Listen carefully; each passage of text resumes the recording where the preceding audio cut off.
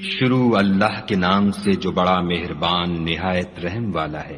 اے محمد صلی اللہ علیہ وآلہ وسلم، اپنے پروردگار کا نام لے کر پڑھو جس نے عالم کو پیدا کیا، جس نے انسان کو خون کی پھٹکی سے بنایا۔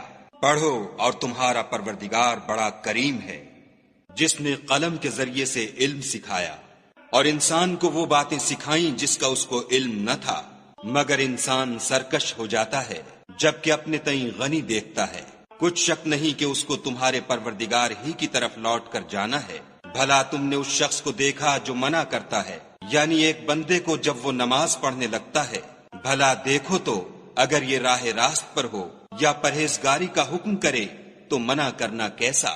اور دیکھ تو اگر اس نے دین حق کو جھٹلایا اور اس سے منہ موڑا تو کیا ہوا؟ کیا اس کو معلوم نہیں کہ خدا دیکھ رہا ہے؟ دیکھو اگر وہ باز نہ آئے گا